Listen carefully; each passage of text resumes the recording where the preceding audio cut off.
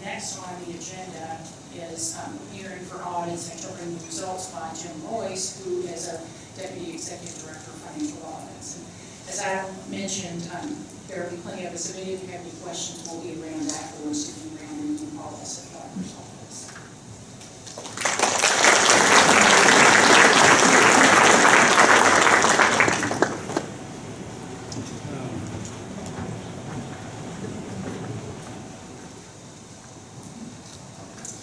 Good morning. I'm glad to see a great turnout for this. It shows that you think good government is important, and it helps establish what Lee said, the tone at the top of your organization.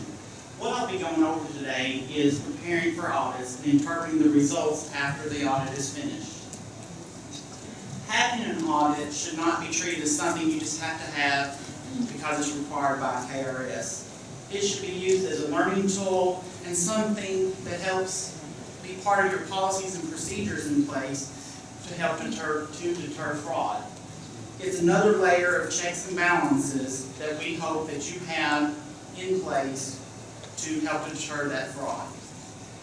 When you have your audit, everybody wants to have a successful audit. Everybody wants it to have no comments, a clean opinion, and everybody wants it, like your flu shot, to be painless and over quickly. So in order to have a painless and successful audit, you need to know what your responsibilities are as management. The auditing standards have 8 key management responsibilities, and I broke those into 3 categories.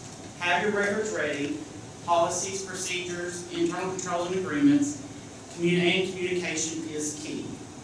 Also, to have a successful audit, you need to make sure you learn from your audit and correct prior year findings. So let's go over what your responsibilities are as management. The first 3 responsibilities is to prepare and present the financial statement to the auditors. You need to make sure all financial records and related information is provided to the auditors, and that you're responsible for the accuracy and completeness of that information. So this is the category that I have put it in, have your records ready.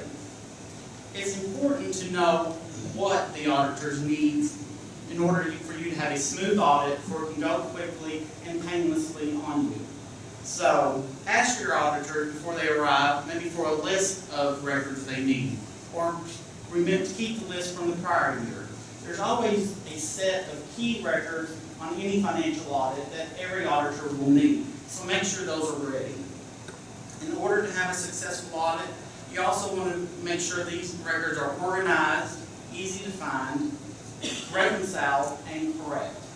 In one audit we were doing, I remember, the treasurer always would, when she would get a record, she would put them in a file cabinet. She would put all her bank reconciliations in order, put them in the file cabinet. She kept her list from the prior audit, had the records in the file cabinet, and once we arrived, she just wheeled the file cabinet into the place we were working. While you don't have to be that organized, you should at least have those records available and organized when the auditors arrive, because it helps save time. Because being unorganized costs time. In another audit for bid files, I remember it took a couple of days just for the official to find the bids, because they didn't know if those bids were at the road department, at the parks department. Which vehicle did they bid out?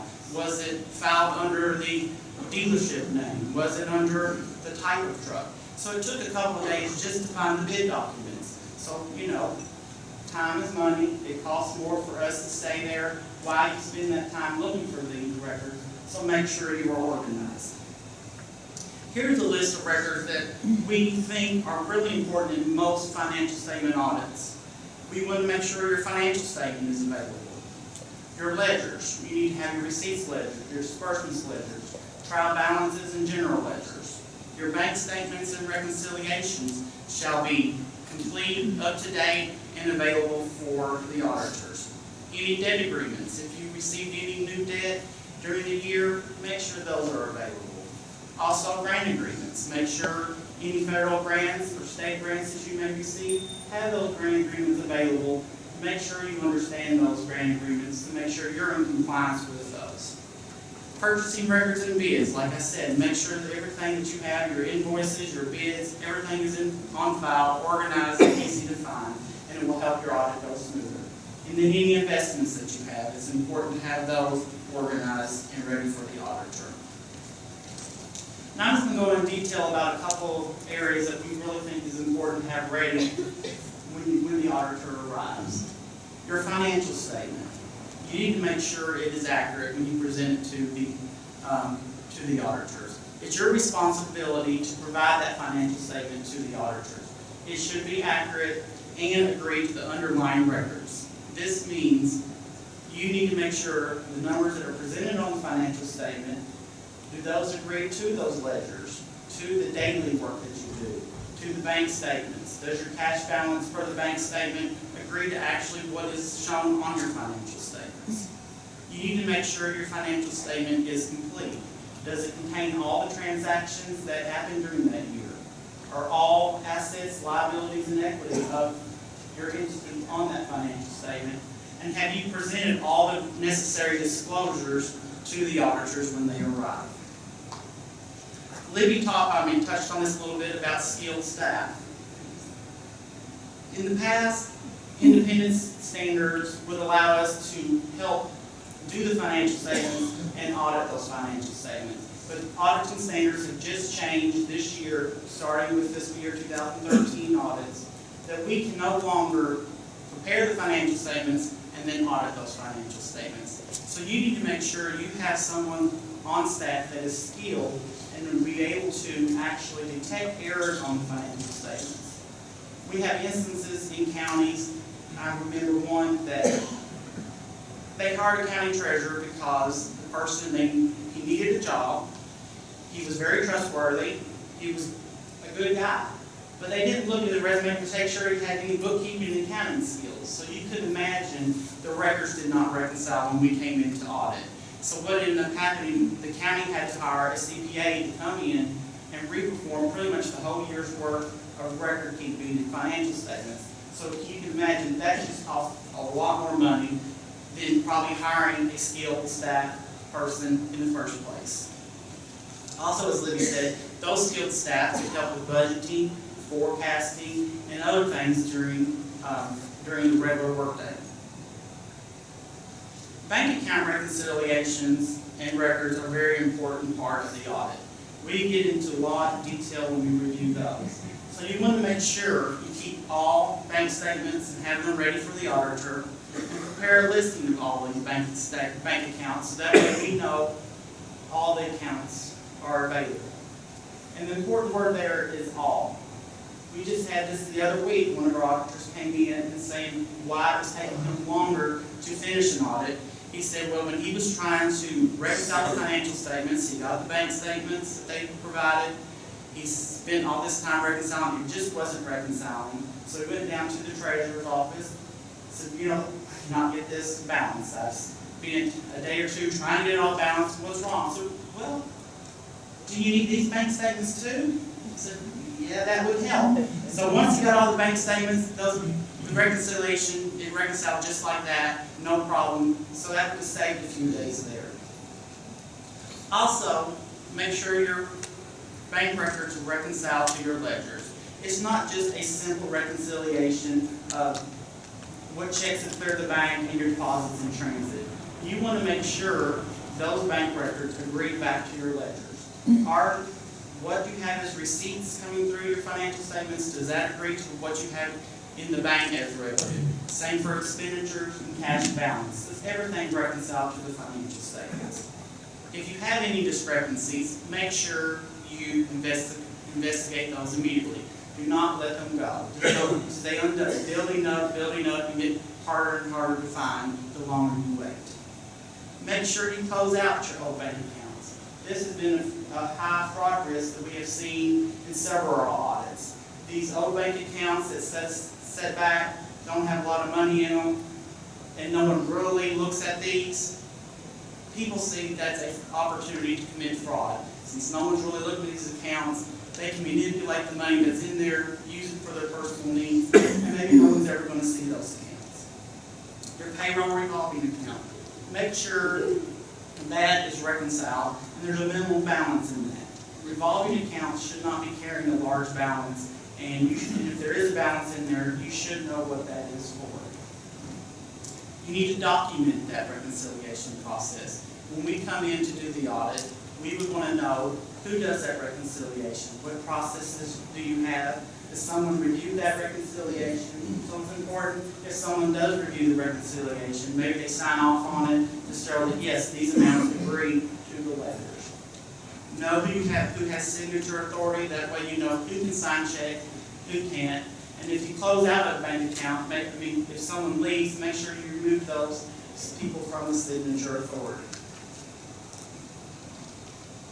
The next three management responsibilities have to deal with what I call policies, procedures, internal controls, and agreements. As management, you are responsible for the design, implementation, and maintenance of internal control procedures and for the preparation of the financial statement. You're responsible for the design and implementation of programs and controls to detect and deter fraud, and you are responsible for identifying and ensuring that the entity complies with all applicable laws, regulations, grant agreements, and contracts. When we audit to the laws and regulations that are on the books. We audit to your policies and procedures to make sure you are following what you say you were supposed to follow. We test your controls to ensure what is in place is actually working.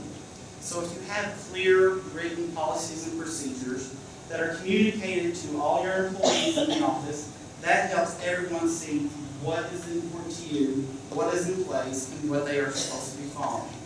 Some key places where these policies and procedures are found are either in your administrative code, your accounting and financial policies and procedures, your personnel policies, employee handbook, grant agreements, and debt agreements.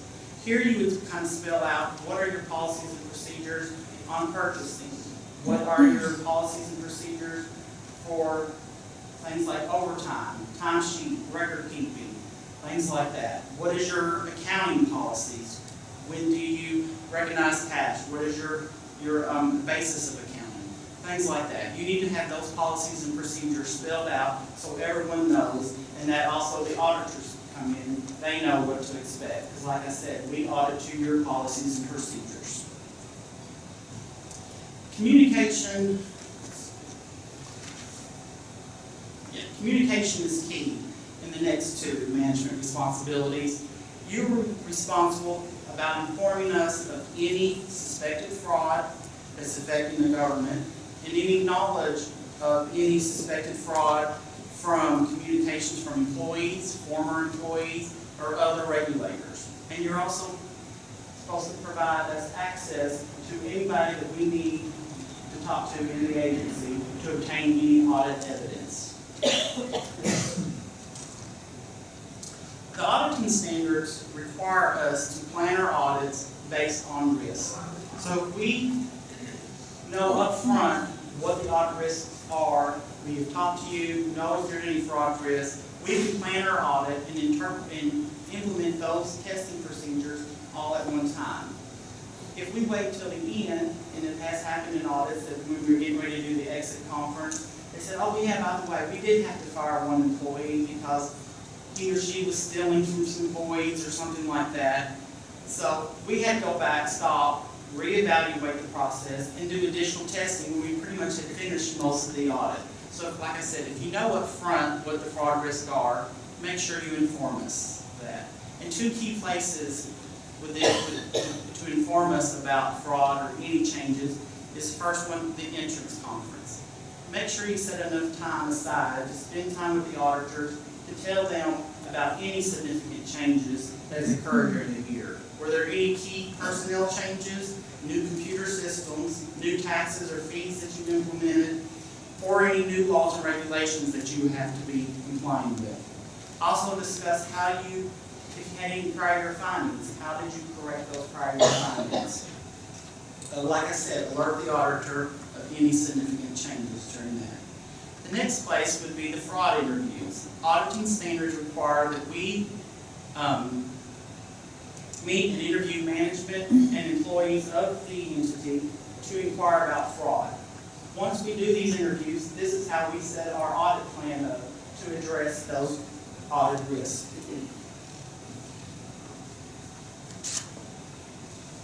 The last part about being ready for an audit and making sure it goes smoothly and painlessly is to make sure you learn from your audit and correct prior findings. Make sure you are involved in the audit process. Take the initiative and ask questions of your auditor. Make sure if you don't understand something, ask them. We're happy to explain this. Also during the exit conference, make the most of it. Ask them about the findings. Try to understand why it happened and what recommendations you can put in place to correct those. You then need to review those findings and develop a plan to correct, so that way next year's audit will go smoothly. We had one audit manager that they were very surprised when the auditor called up and said, I'm finished with the audit, I need to have another engagement sent out. And they're like, well, I wasn't expecting you to be finished this fast, because the prior audit took a lot longer, the hours were longer. How come you got done so soon? And that person said, well, they listened to us. They fixed all the prior findings, corrected all the problems, so it was a lot smoother this year. So once your audit is finished, what do you do with it? How do you interpret the results? The four things I'm going to be going over for interpreting the results will be the audit findings, your audit opinion, the financial statements, and notes to the financial statements. There are two types of findings that could be in any audit. There are internal control findings and non-compliance findings. An internal control finding is a failure to have the proper procedures in place or safeguards, or it's the failure for them working. Have they been overridden, or just everybody ignores them and does what they want? The non-compliance finding, that would be a non-compliance with laws and regulations, a violation of a grant agreement, or abuse. Auditors become aware of these findings when they perform risk assessment procedures to understand the design of the entity, what controls you have in place. Also, when we perform tests to evaluate the effectiveness of these controls, if we see something that is not working or a risky area, we need to inform you of that in the finding. If we identify any misstatements or control weaknesses when we perform our substantive tests, that's where findings come from. And also just discussions with management and those charged with governance. Report findings usually either are just in your report, your actual audit report, or they may just stay in a management letter or an exit conference. Report findings usually only include material and significant deficiencies in internal controls and material non-compliances. The less severe and non-material findings, those will stay in the exit conference and management letter and would not be in your audit report. I want to make sure you know we are required to report the findings. The biggest misconception is that we're out there to get you. You want to say got you. Or you think maybe the auditors get paid for the number of comments we put in the report. We don't work on commission. We get paid the normal salary we always do. Good audits or bad audits. Clean audits take less time, so it is even less stressful on us, because if you ask any auditor, the audits they are most stressed about are the hard audits that have fraud or have a lot of problems, because you lose sleep on those too. Findings are written to help the governing body improve what they are doing. Once you have that finding, it is important that you develop a corrective action plan. Much of the benefit of audit work is not in the findings reported or the recommendations made, but in the effective resolution. It is up to you as a responsible party to correct those findings. So once you're developing that plan, you need to ask yourself, why? Why did this happen? Were there controls that were not in place? Did someone override those controls? Or do we need to make sure we put some controls in place? Take these findings seriously. If you had federal findings, a finding could either result in maybe you're not receiving the federal grant the next year, or the federal grant grantee asking for those funds back. And just recently, we had a sheriff who was having trouble getting a county revenue bond because the insurance company saw that they had the lack of segregation of duties comment in the report for a few years and hadn't been correcting that. So they didn't want to provide that county revenue bond to the sheriff. So people do read the audit reports, and there is an effect on you if you do not correct those findings. Once your audit is complete, you want to know what type of opinion you received on those financial statements.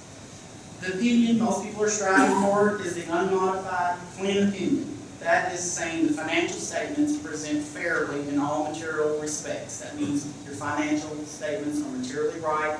We agree with those numbers. There still may be findings in the report, but your financial statements are sound. The next opinion would be a qualified opinion. We call that more like an except for opinion. There's just a single deviation, maybe from accounting principles or a limitation of scope. For example, if you have maybe a component unit that you're supposed to be auditing and those records were not available or were in a mess and we couldn't actually audit that component unit to include it in your audit, we would say, except for not auditing that component unit, your financial statements are materially correct. And we would explain in the paragraph how that affects your financial statement. If you receive an adverse opinion, it's not a very good opinion. It is saying that they do not present fairly in all material respects. But usually this is generally given only when financial statements do not conform to general accepted accounting principles with GAAP. So you want to make, if you have your accounting principles, make sure you're following those. Then the disclaimed opinion, that is, we are not giving an opinion on the financial statements. The records were either not available, that we could not perform tests to overcome any audit risk, or there's a lack of independence between, or conflict of interest between the auditor and the auditee, or there's a substantial doubt about the ability of that entity to continue as a going concern. And like I said, there's maybe some significant uncertainties with the auditee. This is where we would give a disclaimed opinion and not provide an opinion. Most of our audits at the auditor's office will be the clean, unmodified opinion. But we do have this, we do sometimes have to do disclaimed opinions. This all depends on how the records are available and that official works. Your financial statements, they present overall financial well-being of your entity. It summarizes and verifies the important information for planning the financial affairs of the entity. It provides information on whether funds were used in accordance with their funding sources. So when you get your audit report with those financial statements in it, look at the change in net assets. Did it increase or decrease? Look at the change in the fund balance and cash. Did it increase or decrease? Do you know the reasons for the increase or the decrease?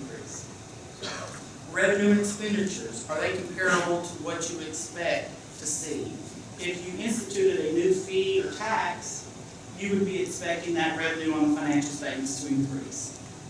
In one audit we conducted, we were auditing the jail part of the audit. The county had instituted a new fee based on the KRS, so we would be expecting to see those revenues increase. When we got the financial statement, there was no revenue on there for that fee. So if that bookkeeper or treasurer would have been looking at those monthly reports to make sure, are we getting these fees, they would know, hey, let me ask the jailer or their employees, why haven't I received those fees? And it did come find out someone ended up taking those fees at the jail. Budget to actual. You want to make sure you review the budget to actuals. Libby and Brian pointed that out. It's very important. Are the budgets reasonable? Are your revenues and expenditures in line to what you anticipated throughout the year? If you do not understand your financial statements or do not know how to read them, make sure you either ask your financial team or ask the auditor. We would be happy to explain what does the statement of activity show? What does your balance sheet show? We'd be happy to explain that to you to help you understand your financial statements. The last place to look is to the notes to your financial statements. Make sure you review these. It helps you with know your debt limits. Notes the financial statements help explain specific items in the financial statement, as well as providing comprehensive assessment of the government's financial condition. It shows things like I said, debt limits, contingencies, commitments, subsequent events. If you were issuing a new bond after the end of the year, that would be a subsequent event. I hope all of this will help you have a successful and painless audit and be used as to help you understand that an audit is a tool, not just something that you have to comply with for KRS.